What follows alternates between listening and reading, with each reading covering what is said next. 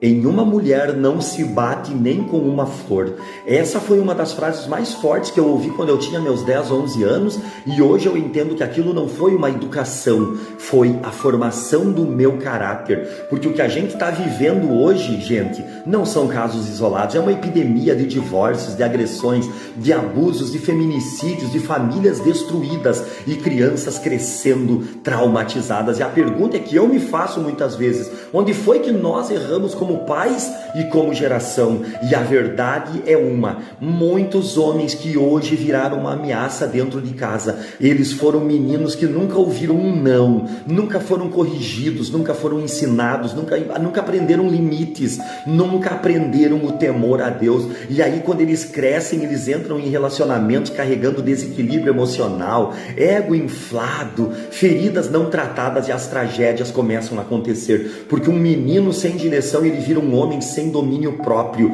e um homem sem domínio próprio vira um perigo. E a Bíblia é linda, e ela diz assim: como flechas na mão do guerreiro, assim são os filhos. Ou seja, os nossos filhos não são enfeites, os nossos filhos são flechas, e se nós não direcionarmos, o mundo vai direcionar, e se nós não ensinarmos, a rua vai ensinar, e se nós não formarmos, a internet vai formar. E aí nós lembramos de Davi falando para Salomão e dizendo: esforça-te, meu filho, e ser um homem. Davi não estava falando de força física, ele estava falando de postura, de responsabilidade, de honra, de temor e de caráter. Uma geração, querido, saudável vai acontecer quando a nossa fé não for só um discurso vazio, mas quando a nossa fé virar uma herança dentro da nossa casa.